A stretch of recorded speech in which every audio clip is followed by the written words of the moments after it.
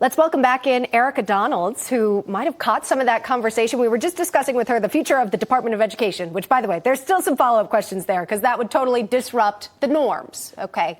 Well, I would sure love to comment on Congresswoman Mace and her courage on this issue. I am so proud of her. I was watching her comments, and I thank her for being so courageous as a woman to stand up for women and girls and the safety of our private spaces. This actually is an issue that the Department of Education had tried to push down to schools across the country, forcing them to allow boys in girls' locker rooms and bathrooms. And it's a major reason why we want to take away the federal government's ability to push down regulations that are onerous and unsafe for girls in our schools across America, where places like Florida, where we want to protect our girls, we don't want to hear from the federal government, no matter who is in charge, on what we should be doing in our classrooms or in our locker rooms. And good on Nancy Mace. Thank you, Congresswoman, for standing up for what is right and for the safety of women and girls. You are an inspiration, and I thank you so much.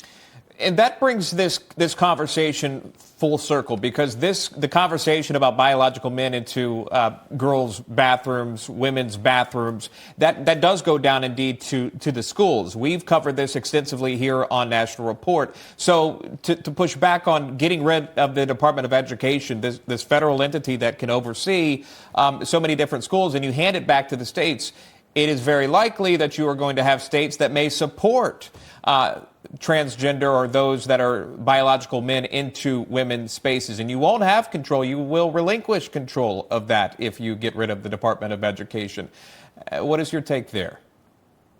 Well, it does work both ways. As you said, people elect their representatives within their states. There are state governments, there are local school boards where people can go to those school districts and make their voices heard when it comes to these types of issues. However, if it's coming from the Department of Education, from the federal government, we all know how very little influence the average voter or parent has on those decisions. We want these decisions to take place as close as possible to the parents and the students.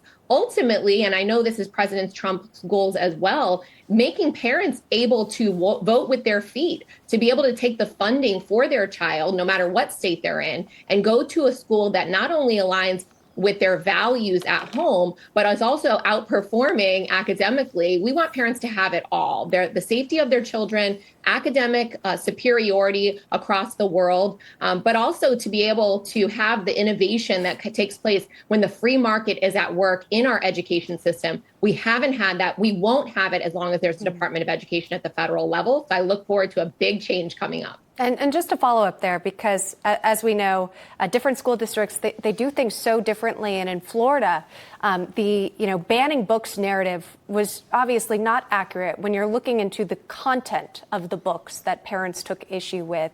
But there are some legitimate concerns about, perhaps students with learning disabilities. Would they be able to receive all the assistance they would need from the state level should they get rid of this federal funding?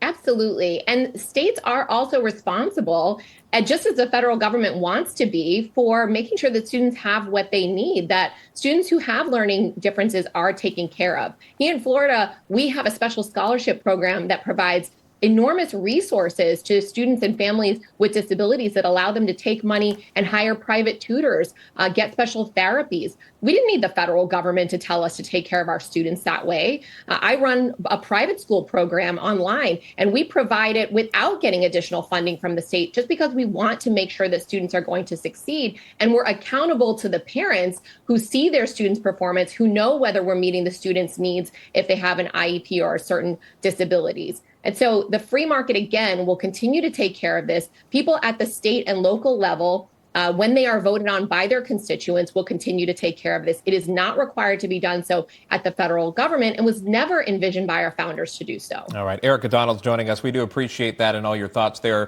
Thank you for rolling with us through the breaking news. We appreciate it. Absolutely. Thank you. Thank you.